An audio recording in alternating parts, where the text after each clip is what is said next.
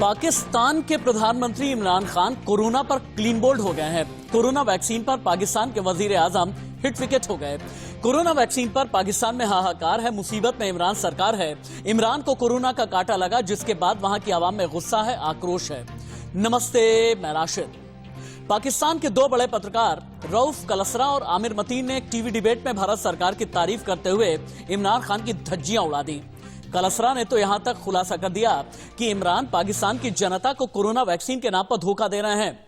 उन्होंने सरकार के एक मंत्री से ही बातचीत का खुलासा करते हुए आशंका जताई कि जिस तरह पूरी दुनिया में पोलियो का टीका लग जाने के बाद ये टीका पाकिस्तान भेजा गया, उसी तरह कोरोना वैक्सीन भी पाकिस्तान में सबसे बाद आएगी। तो ऐसे में आज की डिबेट का सवाल, क्या इमरान ने कोरोना के आगे सरेंडर कर दिया? क्या पाकिस्तान को अब प्रधानमंत्री हमारे नरेंद्र मोदी ही बचा सकते हैं? आ गया वक्त, तैयारी सख्त। क्या पाकिस्तान को मोदी के हवाले करने का वक्त आ गया है? तभी पाकिस्तान का अस्तित्व बच पाएगा। और इन सभी खबरों के बीच सबसे बड़ी खबर पाकिस्तान से कोरोना पर बहुत बड़ी खबर आई है। कोरोना वैक्सीन पर पाकिस्तान में कोहराम मच गया है। इमरान खान सरकार के खिलाफ भारी गुस्सा है। वैक्सीन पर पाकिस्तान को धोखे में रख रहे हैं इमरान। वैक्सीन पर पाकिस्तान की जनता से बहुत बड़ा झूठ बोला गया। पाकिस्तान में कोरोना वैक्सीन पर पाकिस्तान की कोई तैयारी नहीं है। कोरोना वैक्सीन पर सड़क पर आ सकती है जनता। कोरोना वैक्सीन के नाम पर पाकिस्तान में गृह युद्ध छिड़ सकता है। कोरोना वैक्सीन के नाम पर इमरान खान की जो गद्दी है वो खतरे में आ गई है, क्योंकि कोरोना वैक्सीन के नाम पर इमरान खान ने अपनी जनता को बहुत बड़ा झूठ बोला है। इमरान खान के झूठ का खुलासा करती हुई पाकिस्तान की एक बड़ी टीवी डिबेट देखिए आप। उन्होंने कहा जनाब आप बिल्कुल कोई तवक्को न रखें कि कोई इतने करीब में, वो उसको क्या कहते हैं, नियर फ्यूचर में कोई इम्कानात नहीं है पाकिस्तान में कोरोना वैक्सीन हम नहीं ला सकते। उन्होंने कहा जनाब कि ना हमने किसी से रब्ता किया, ना किसी से अप्रोच किया, क्योंकि ये वैक्सीन हमें मिल ही नहीं सकती। पहली वजह ये हुई कि एडवांस वर्ल्ड ने खरीद लिया, जिसके पास पैसा था, रिसोर्सेस उन्होंने खरीद लिए। हमारे पास लॉजिस्टिक सपोर्ट नहीं है, मीन्स के हमारे पास अरेंजमेंट्स भी नहीं है। अगर हम ले लेते वैक्सीन हमें मिल भी जाती, हमने सौदा कर भी लिया होता। इंसानों की जान बचाने के लिए हमने $2-2.5 बिलियन की इन्वेस्टमेंट नहीं की कि जहाँ 22 करोड़ लोग रहते हैं यहाँ पे। अगर वो हम कर भी लेते तो फायदा कोई नहीं था। हमारे पास स्टोरेज की वो नहीं है, हमारे पास लॉजिस्टिक नहीं है, हमारे पास इक्विपमेंट्स भी नहीं है। इंडिया ने क्या किया, मैंने उनकी ये हेल्थ मिनिस्ट्री के फिगर्स देख रहा था। जो ही उन्हें पता चला है कि इसकी वैक्सीन वगैरह है, पहले तो खुद भी उन्होंने लोकली तौर पर कोशिशें की हैं, कुछ 2-4 ट्रायल कामयाब भी हुए उनके। या एशिया में 2 मुल्क थे, या चाइनीज थे जो इस पे काम कर रहे थे, या इंडियन से वो इस पे काम कर रहे थे। उनकी फार्मास्यूटिकल, उनकी जो रिसर्च एंड डेवलपमेंट है इंडिया की, वो ये बहुत आगे है उसमें। ये अब उन्होंने कहा है कि हमने उस कंपनी से रब्ता किया है जिस कंपनी ये ड्रग्स बनाई है वैक्सीन, उन दोनों को हमने कहा कि जनाब कि इस खित्ते में 1.5 अरब ये रहते हैं, लोग रहते हैं इस मुल्क में, हमें उनकी जानों की फिक्र है, हमारे शहरी हैं, हमसे बात करें कितने पैसे लेने हैं, कितने हमने आपको फंडिंग करनी है और कितनी वैक्सीन हमें कैसे मिल सकती है। वहां की हुकूमत ने हाथ नहीं खड़े किए। अब आपके लिए समझना जरूरी है हम क्यों ये कह रहे हैं कि पाकिस्तान को लगा है कोरोना का कांटा। इससे पहले की डिबेट को हम कह रहे हैं शुरुआत, आप देखें। कोरोना वैक्सीन पर पाकिस्तान में हाहाकार मचा हुआ है। कोरोना वैक्सीन पर इमरान खान सरकार बिल्कुल भी गंभीर नहीं है और इमरान सरकार कोविड वैक्सीन पर नागरिकों को धोखे में रख रही है। पाकिस्तान में कोरोना वैक्सीन के लिए सिर्फ $10 करोड़ का प्रावधान किया गया है और $10 करोड़ यानी करीब 1.588 अरब पाकिस्तानी रुपए। पाकिस्तानी रुपए के लिहाज से कोरोना वैक्सीन का एक डोज 5 से 7 हजार रुपए का है। ऐसे में 1.5 अरब रुपए से 22 करोड़ की आबादी को टीका लगाने पर, उनके लिए टीका खरीदने पर सवाल उठने लगे हैं। और इसलिए हम ये कह रहे हैं कि पाकिस्तान को कोरोना का कांटा लग गया है। लेकिन क्या कोरोना से पाकिस्तान का दी एंड होने वाला है? क्योंकि कोरोना की वजह से अभी पाकिस्तान के हालात क्या हैं, अब आप ये देखें। पाकिस्तान में पूरी तरह से हाहाकार है। कोरोना बेकाबू हो गया है, इमरान संभाल नहीं पा रहे। सिंध में आप आ जाइए, 1,54,738 कोरोना के केस हैं। पंजाब में 1,09,993 मामले दर्ज हुए। खैबर पख्तूनख्वा में 41,990 केस। बलूचिस्तान में 16,393 केस। इस्लामाबाद में 23,994। गिलगित बाल्टिस्तान में 4,447 केस। कोरोना से पूरे पाकिस्तान में हाहाकार है। इमरान खान ने हाथ खड़े कर दिए हैं। लेकिन ऐसे में अब सवाल यही पैदा होता है कि क्या पाकिस्तान को हिंदुस्तान के हवाले कर देना चाहिए, तभी कुछ अच्छा या भला हो सकता है। पाकिस्तान के डिबेट को कर देते हैं open. Colonel Shivdan Singh defence expert मेरे साथ में हैं, मेजर रिटायर्ड मोहम्मद अली शाह हैं मेरे साथ में, और इसके अलावा डॉक्टर नीलू गांधी हैं। डॉक्टर नीलू गांधी, आप मेडिको लीगल एक्सपर्ट हैं। डिबेट को कर दीजिए ओपन और सभी को टीवी स्क्रीन पर लेकर के आए। सुमित पीर भी जुड़ गए हैं मेरे साथ में, फॉरेन एक्सपर्ट हैं। लेकिन पहला सवाल कर्नल शिवदान मेरा आपसे होगा, क्या यह माना जाए कोरोना के आगे अगर इमरान खान ने सरेंडर कर दिया है तो अगला गृह युद्ध पाकिस्तान में कोरोना वैक्सीन के नाम पर किया जाएगा? और क्या यह भी माना जाए कि इमरान खान ने हर चीज से हाथ खड़े कर दिए हैं? इससे पहले इमरान खान ने प्रशासन को लेकर के हाथ खड़े कर दिए थे, इमरान खान ने गृहयुद्ध को लेकर के हाथ खड़े कर दिए थे, सिंध के नाम पर हाथ खड़े कर दिए थे, कराची में जो हो रहा है, बलूचिस्तान में जो हो रहा है, खैबर पख्तूनख्वा में जो हो रहा है, फाटा में जो भी चल रहा है, क्या यह माना जाए कि इमरान सबसे नकारे, सबसे निकम्मे वजीर आजम है पाकिस्तान के? देखिए, पाकिस्तान की इतिहास रहा है कि यहाँ के शासकों को मुझे लगता नहीं कि ये अपने देश के शासक हैं। 80 का दशक में जब पूरे वर्ल्ड विश्व में आतंकवाद की कोई नामो निशान नहीं था, उस वक्त पाकिस्तान के शासकों ने अपने आप अमेरिका को इनवाइट किया अपने कंट्री में आतंकवादी कैंप खोलने के लिए। क्या ये अपने देश का कोई शासक अपने देश में कर सकता है? इसके अलावा थ्रू आउट ये पाकिस्तान अपनी इकोनॉमी को आतंकवाद के कारण बर्बाद करता रहा है। इसके कारण पाकिस्तान में कोई निवेश नहीं हुआ। पाकिस्तान आज इस कंडीशन में नहीं है कि कोरोना वैक्सीन के लिए पेमेंट कर सके। तो जो कुछ भी पाकिस्तान में हो रहा है, ऐसा लग रहा है कि कोई विदेशी शासक आकर के पाकिस्तान में शासन कर रहा है। उसे पाकिस्तान की जनता से कोई लगाव नहीं है। इसी कारण से पाकिस्तान की जनता के लिए वैक्सीन का प्रोविजन नहीं हुआ है और ये अपनी नाकामियों को छुपा रहे हैं बिकॉज इनके पास इस वैक्सीन को पेमेंट करने के लिए पैसा ही नहीं है। तो इस तरह से मुझे बहुत दुख है पाकिस्तान की कोरोना वैक्सीन का पेमेंट करने का पैसा नहीं है इमरान खान के पास। सुमित पीर, मेरे समझ में नहीं आता। इमरान खान को पीओके भी चाहिए, इमरान खान को कश्मीर भी चाहिए, इमरान खान को आतंकवादी भी एक्सपोर्ट करने हैं, इमरान खान को अपनी जनता को, अपनी आवाम को बचाना भी है। लेकिन वही कहते हैं ना कि घर में नहीं दाने अम्मा चली भुनाने। कोरोना वैक्सीन के लिए पैसे ही नहीं है। भिखमंगा पाकिस्तान या कंगाल पाकिस्तान कटोरा लेकर के अब मांगने की फिराक में है। अब क्या कहा जाए? क्या कोरोना वैक्सीन के नाम पर पाकिस्तान का दी एंड होने वाला है? राशिद भाई, 2-3 फैक्ट बोलना चाहूंगा। सबसे पहले जो पाकिस्तान की संक्षेप में कहानी है, भिखारी पाकिस्तान कटोरा खान, तो शुरुआत तो वहां से कीजिए।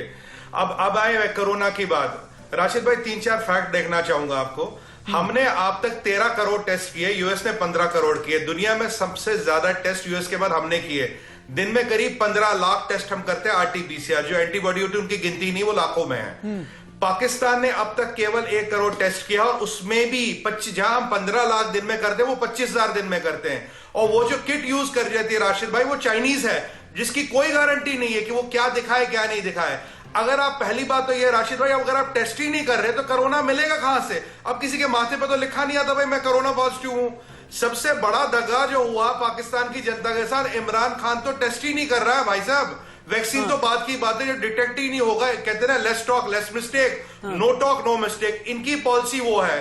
दूसरी बात मैं आप बोलना चाहूंगा, इनके पास 1 बिलियन का रिजर्व नहीं है, 34% फूड इन्फ्लेशन है, हाइपर इन्फ्लेशन की कगार पे खड़े हैं।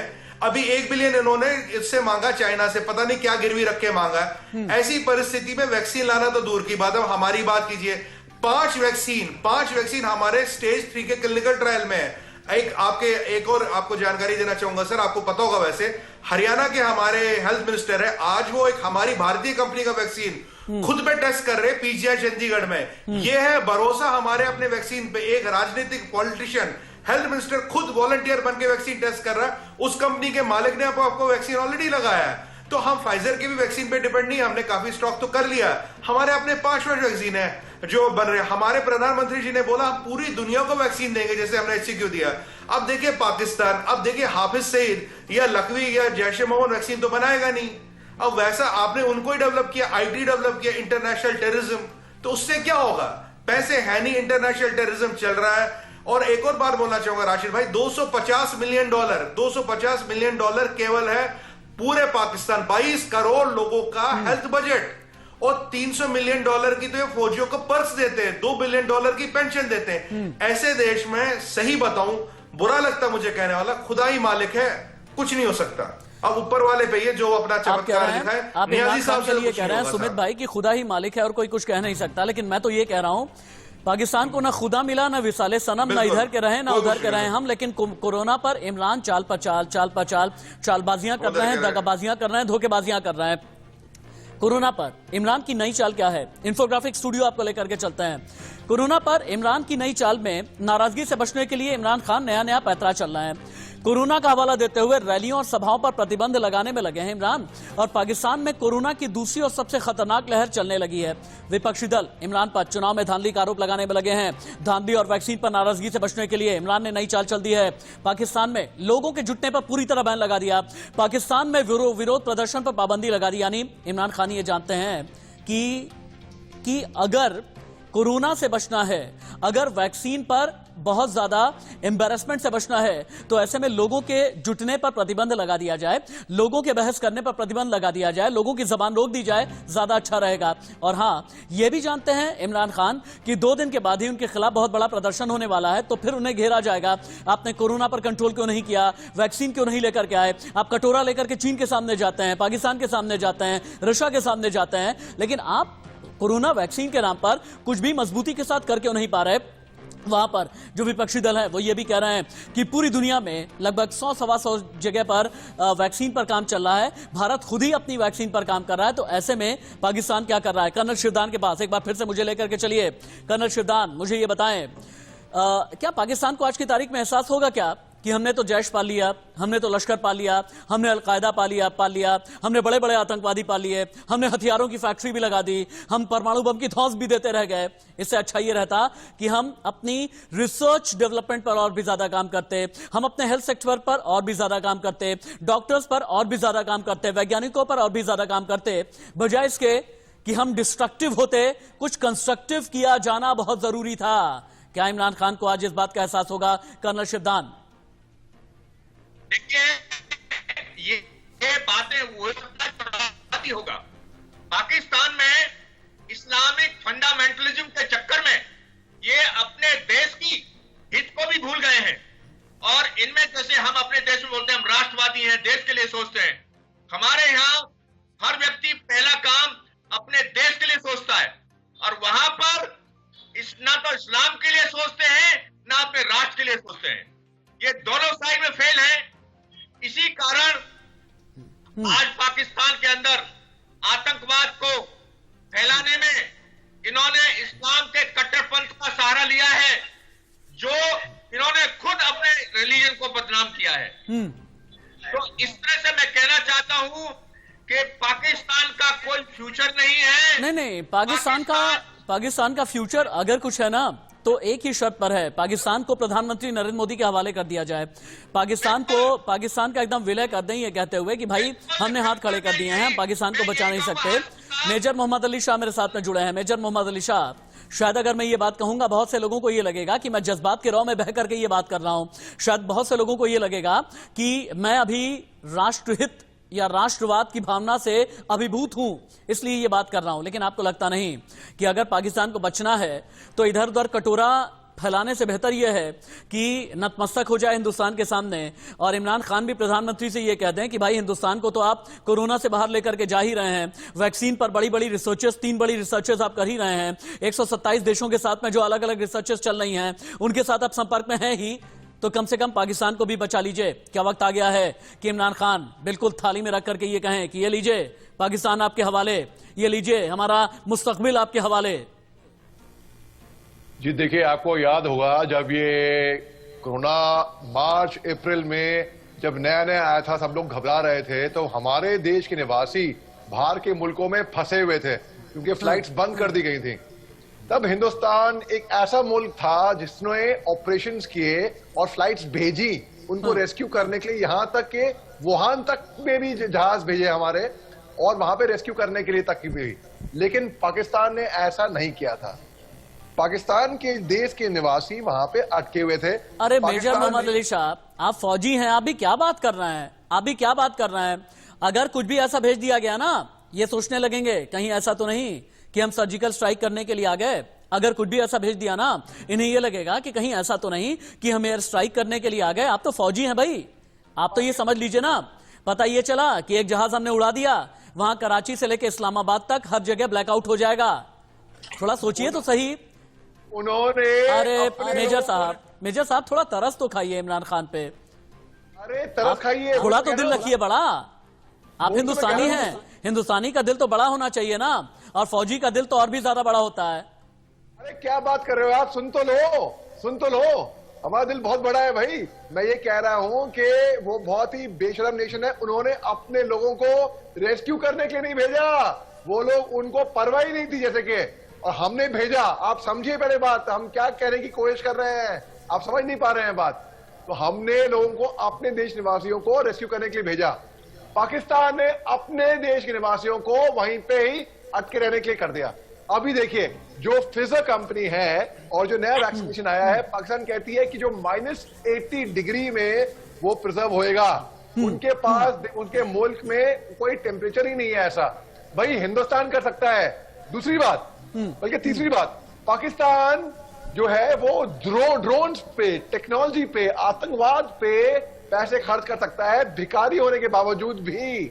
और वो एक वैक्सीनेशन जहां पे उनके देश के निवासियों की जिंदगी बचेगी, उसके पास पैसे नहीं है वो खर्च करने के लिए। वो बात करते हैं। भाई मैं आपको बताऊं क्या हुआ होगा। शुरू में पाकिस्तान जो है चाइना के अगेंस्ट बोलने के, खिलाफ बोलने के हिम्मत नहीं जुटा पा रहा होगा, ठीक है। तो वो चाहता नहीं, क्योंकि हर दुनिया चली गई थी चाइना के खिलाफ, अभी भी खिलाफ है, मगर पाकिस्तान जो है, आप अगर देखेंगे वो चाइना के खिलाफ नहीं हुआ। क्यों? क्योंकि वो निर्भर है उनपे, वो डिपेंडेंट है उनपे। और पाकिस्तान जो है, जैसे कि कल सदान ने बिल्कुल सही फरमाया कि लगता ही नहीं है कि उनको अपने देश के लोगों, निवासियों के साथ मोहब्बत है, लगाव है। क्योंकि जो आप समझे जो मैं बोल रहा हूं, जब ये कोरोना शुरू हुआ था, पाकिस्तान ने कोई जहाज भेजा नहीं अपने खुद के देश के निवासियों को वहां से रेस्क्यू करने के लिए। मगर हिंदुस्तान की फौज ही नहीं, सिविल एविएशन भी, एयर इंडिया भी लगी हुई थी मेजर शाह, इमरान खान को चाहिए ना कि एक बार में ये कह दें कि भैया 22 करोड़ हमारे भी संभाल लो, 133 करोड़ अपने संभाल ही रहे हैं, हम 22 करोड़ भी संभालने को तैयार हैं, और सीधे तौर पर ये सरहद की दीवारें हटा दें और ये मान लें कि हाँ ठीक है, अब भारत ही, हिंदुस्तान ही पाकिस्तान को बचा पाएगा। सुमित पीर के पास में चलते हैं। सुमित पीर, मैंने तो सुना हुआ है कि इमरान खान बिल्कुल घुटने टेक देते हैं जब भी कोई आफत आती है ISI के सामने। मैंने ये भी सुन करके रखा हुआ है कि वो है ना उनके जो फौजी बाजवा साहब, उनके सामने भी घुटने टेक देते हैं। और ये भी सुन रखा है मैंने, जैश मोहम्मद के पास में चले जाते हैं, अलकायदा के पास में चले जाते हैं, अफगानिस्तान वाले तालिबानियों के पास में चले जाते हैं। अरे कोरोना से बचना है, इनके सामने अगर चले जाएंगे ये लोग बचा नहीं पाएंगे क्या? या फिर ये इतना बड़े भस्मासुर हैं कि जो बचने वाला भी होगा वहां पर भी खत्म कर देंगे? देखिए मेजर शाह मेरी बात पे ठहाके लगा करके हंसते हैं। इनकी यही तो दिक्कत है। इनको लगता हर मर्ज की दवा तालिबान, लश्कर तोयबा और जैश मोहम्मद है। ये ऐसे लोग हैं, मोहम्मद साहब के नाम पे जैश मोहम्मद चलाते हैं, इस्लाम के नाम पे इस्लामिक स्टेट चलाते हैं। सबसे ज्यादा देश और मजहब को बदनाम करने वाले दुनिया भर में यही लोग हैं। पहली बात तो ये है। दूसरी बात देखिए, लास्ट टाइम सुमित पीर थोड़ी तो संवेदना रखिए, सुमित पीर थोड़ी तो संवेदना रखिए, थोड़ा सा तो तरस खाइए। आप भी क्या बात कर रहे हैं?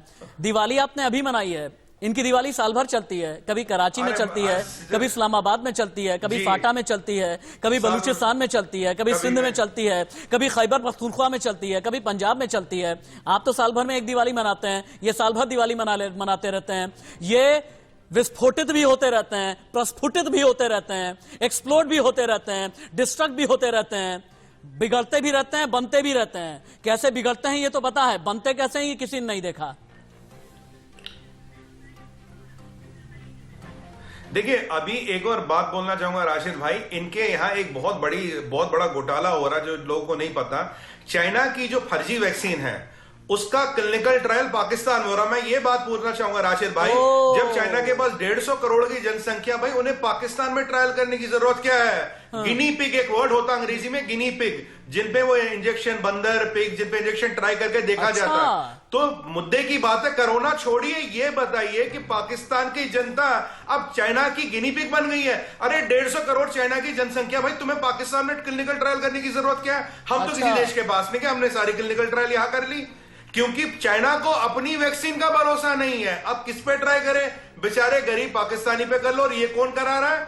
नियाजी साहब, इमरान खान नियाजी ने चाइना के दरवाजे खोल दिए। आओ मेरी जनता पे वैक्सीन का ट्रायल करो। बहुत ही ब्रूटल हैं आप, कोई बात नहीं। सुमित पीर बड़े क्रूर हैं आप। कैसे हैं आप? अरे भाई, हमने अपने दरवाजे बंद कर दिए, हमने अपना बाजार बंद कर दिया, चाइना अपना माल कहीं तो खपाएगा ना। क्या बात कर रहे हैं आप? चाइना वहीं पर खपा ले जाएगा। और वैसे भी इमरान खान, मुझे तो ऐसा लगता है ना, इमरान खान, मुझे ऐसा लगता है सुमित पीर, अगर आपने साइंस स्ट्रीम से पढ़ाई की होगी, चूंकि मैंने की है, और जूलॉजी में हम लोग डाइसेक्शन करते थे, और जब डाइसेक्शन करते थे ना लैब में ले जाकर के, एक मेढक को लिटा देते थे, कभी एक जोंक को लिटा देते थे, कभी एक केचुए को लिटा देते थे, और वहीं पर फिर एक्सपेरिमेंट होने शुरू हो जाते थे। लेकिन हमें यह कहा जाता था डाइसेक्शन करने के बाद आपको जो टांके लगाने हैं, इस बात का ध्यान रखना है कि जानवर की भी जान नहीं जानी चाहिए। लेकिन क्या इमरान खान में इतनी ह्यूमैनिटी भी नहीं बची है क्या? आईएसआई में, वहां की फौज में इतनी भी इंसानियत नहीं बची है क्या? मेजर मोहम्मद अली शाह, अरे देखिए ये जो कर रहे हैं, इनके पास अभी आप देखिए ये हथियार ड्रॉप करा है इन्होंने ड्रोन से। अगर आप आज की खबर देखेंगे, हथियार ड्रॉप कर रहे हैं ड्रोन से। 300 आतंकवादी बॉर्डर के उस पार है क्रॉस ओवर के लिए। 77 मारे गए, 77 भाग गए, डर के मारे गए सर्जिकल स्ट्राइक ना हो जाए। वो सब खर्चा करने की, फजूल खर्चा करने के लिए, जैसे सुमित पीर ने उनको नाम दिया है आईटी का, इंफॉर्मेशन टेक्नोलॉजी नहीं, इंटरनेशनल टेररिज्म का, वो खर्चा करने का पैसा है।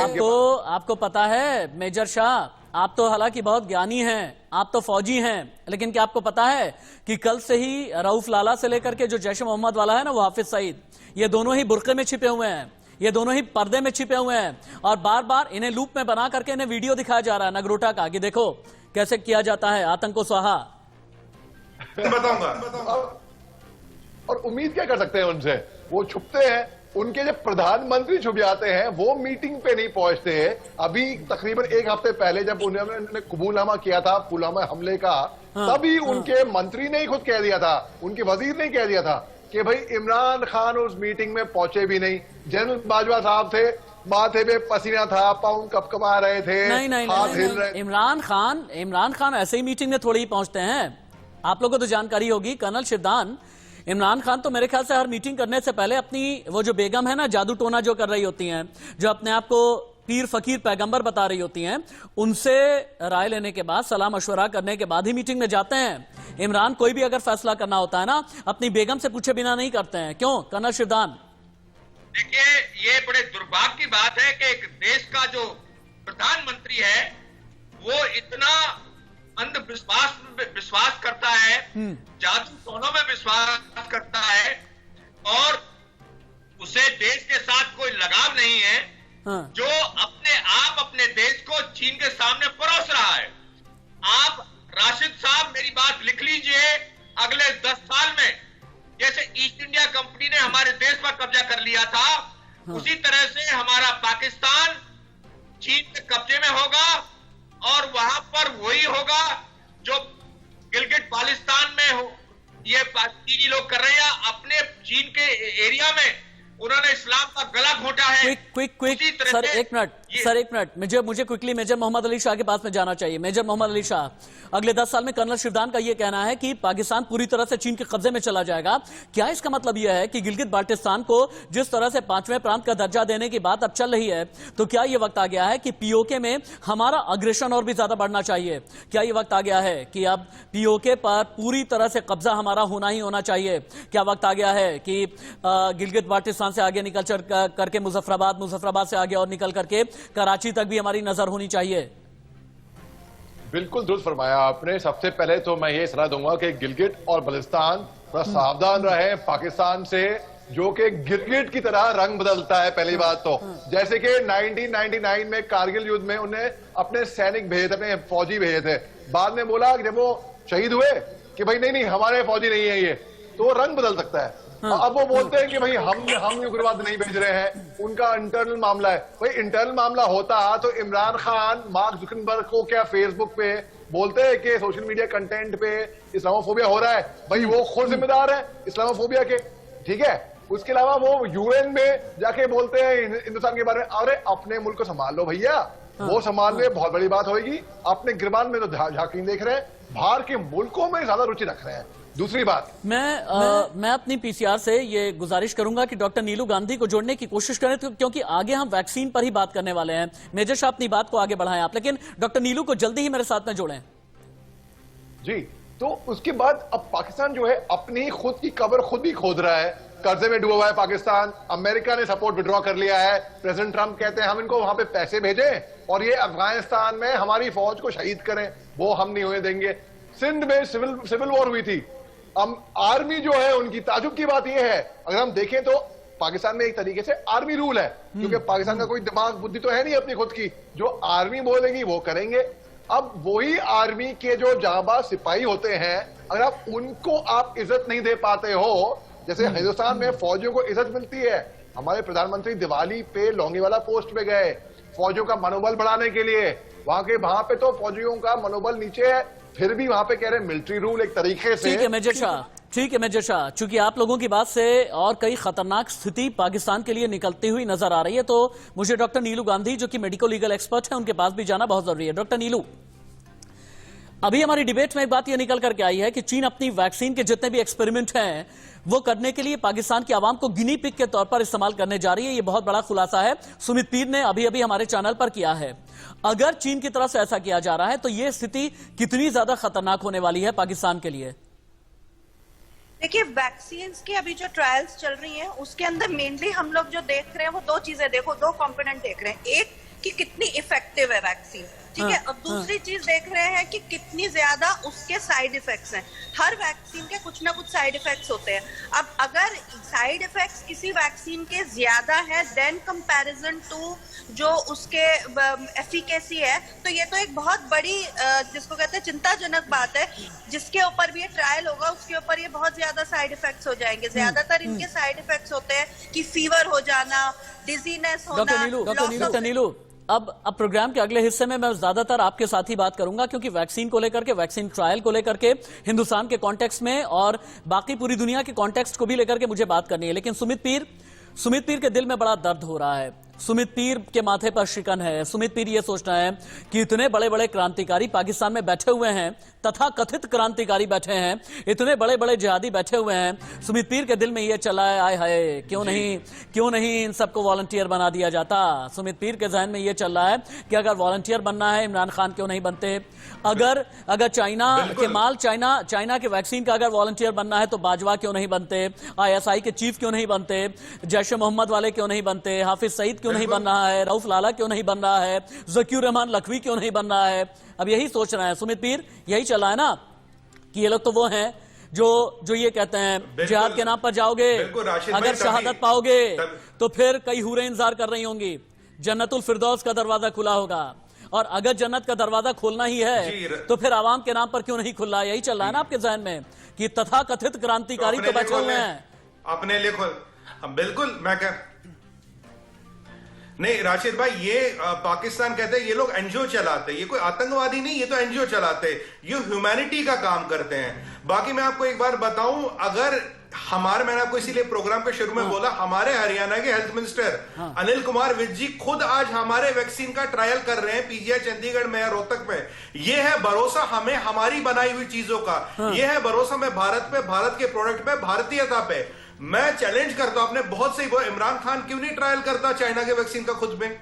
और दूसरी बात, ये जो आजकल हुआ है ना राशिद भाई, एक पीछे सरफराज नवाज है पाकिस्तानी क्रिकेटर, मैं इंग्लिश डिबेट में था, उन्होंने बोला कि भाई 1987 से इमरान खान नियाजी कोकेन और हीरोइन खाते, ये मैं नहीं कह रहा, उनके साथी का खुलासा है। तो 37 साल हो गए करीब, अगर कोई 33-34 साल से हीरोइन और कोकेन खा रहा है, मेडिकली उसके न्यूरॉन्स यानी कि ब्रेन सेल्स खत्म हो चुके हैं। इसीलिए वो बार बार अपनी बीबी के पास जाके, बेगम के पास जाते हैं, जादू टोने का उपाय ढूंढते रहते हैं, क्योंकि दिमाग के जो न्यूरॉन्स है 30 साल बाद कुछ नहीं बचते। और इन जो जहादियों को जेल में डाला ना राशिद भाई, इसका रीजन है NQ9। अच्छा, यानी आप ये कहना चाहते हैं, यानी सुमित पीर आप ये कहना चाहते हैं, कि थोड़े दिन के बाद में इमरान खान अपने घर, अपने बेडरूम के ठीक बाहर इमरान खान एक तख्ती लटकवाएंगे और ये कहेंगे कि अगर किसी भी बुरी दिक्कत से छुटकारा पाना है, अगर बुरी आदत से छुटकारा पाना है तो आप यहां पर आ जाइए और मैं यहां पर जादू टोना कराता हूं, इसी के जरिए पाकिस्तान को बचा करके ले जाऊंगा। आप इस तरह की बातें कर रहे हैं और शायद यही पाकिस्तान का मुस्तकबिल आपको जादू टोने के भरोसे, मुस्तकबिल आपको शायद पाकिस्तान का यही नजर आ रहा है। लेकिन अब आ जाते हैं एक सीरियस टॉपिक पर, कोरोना वैक्सीन कब आएगी। इमरान खान भी अगर इंडिया न्यूज को ट्यून इन करके देख रहे हो तो ये जान लें कि कोरोना की वैक्सीन कब आने वाली है। इन्फोग्राफिक स्टूडियो में मुझे तुरंत ही लेकर के चलिए और कहां पर कोरोना वैक्सीन को लेकर के ट्रायल चल रहा है। सबसे पहले आप ये देख लें, भारत समेत 170 से ज्यादा जगह पर वैक्सीन तैयार करने की कोशिश अभी भी जारी है। 170 में से 138 जगह पर वैक्सीन अभी प्री क्लिनिकल फेज में है। 25 वैक्सीन ऐसी हैं जो फेज 1 ट्रायल में हैं, 15 वैक्सीन फेज 2 ट्रायल में हैं, 7 जगहों पर वैक्सीन ट्रायल के अंतिम चरण में है। पहली वैक्सीन को लेकर फाइजर और बायोएनटेक ने 9 नवंबर को दावा किया है। कंपनी का दावा यह है कि कोरोना की वैक्सीन इन्फेक्शन यानी संक्रमण रोकने में पूरी तरह कारगर है। इस वैक्सीन का 6 देशों के 43,500 लोगों पर ट्रायल भी किया जा चुका है। यह बात हो गई पूरी दुनिया की। अब भारत क्या कर रहा है, आप ये भी देख लें। वैक्सीन पर भारत क्या क्या कर रहा है। भारत ने 3 वैक्सीन पर काम चल रहा है कुल मिला जुला करके। पहला, भारत बायोटेक की कोवैक्सीन क्लिनिकल ट्रायल के 3rd फेज में है। अगला, ऑक्सफोर्ड एस्ट्राजेनिका की वैक्सीन भी फाइनल ट्रायल में पहुंच चुकी है।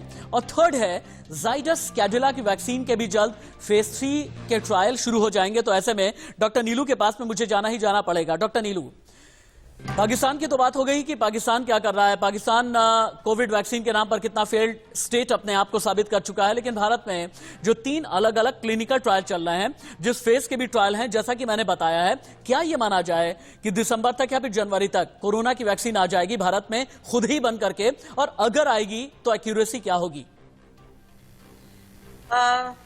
देखिए, हमारे पास बहुत अच्छी वैक्सीन बन रही है सीरम इंस्टीट्यूट में, और उसके सीईओ जो मिस्टर पूनावाला हैं वो ये वाली बात कह रहे हैं कि हम वैक्सीन जो है by December maximum by February launch कर देंगे for the common public. They are expecting कि हम कम से कम 20-22 करोड़ लोगों को जो है वैक्सीन दे सकेंगे। हमारे देश में अराउंड 35 करोड़ जो है पीपल हैं जो हेल्थ वर्कर्स हैं, जिनकी प्रायोरिटी है to be given vaccine first, because वो लोग जो है डायरेक्टली कोविड वॉरियर्स हैं, डायरेक्टली कोविड के पेशेंट्स के कांटेक्ट में है।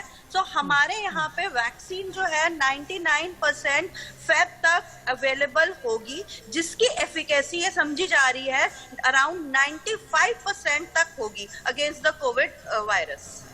ठीक है डॉक्टर नीलू, मेजर मोहम्मद अली शाह, सुमित पीर, देखिए सुमित पीर क्लैपिंग कर रहे हैं। सुमित पीर क्लैप करके ये खुद ही बता रहे हैं कि हाँ, भारत में कोरोना वैक्सीन को लेकर के कितनी कोशिशें जारी हैं, कितने ट्रायल चल रहे हैं और हम सक्सेस रेट में कितने ज्यादा आगे निकल चुके हैं। सुमित पीर आपका, मेजर शाह आपका, कर्नल शिवदान सिंह बहुत बहुत धन्यवाद आप सभी का मेरे साथ में रहने के लिए। डॉक्टर नीलू गांधी, आपका भी बहुत बहुत शुक्रिया।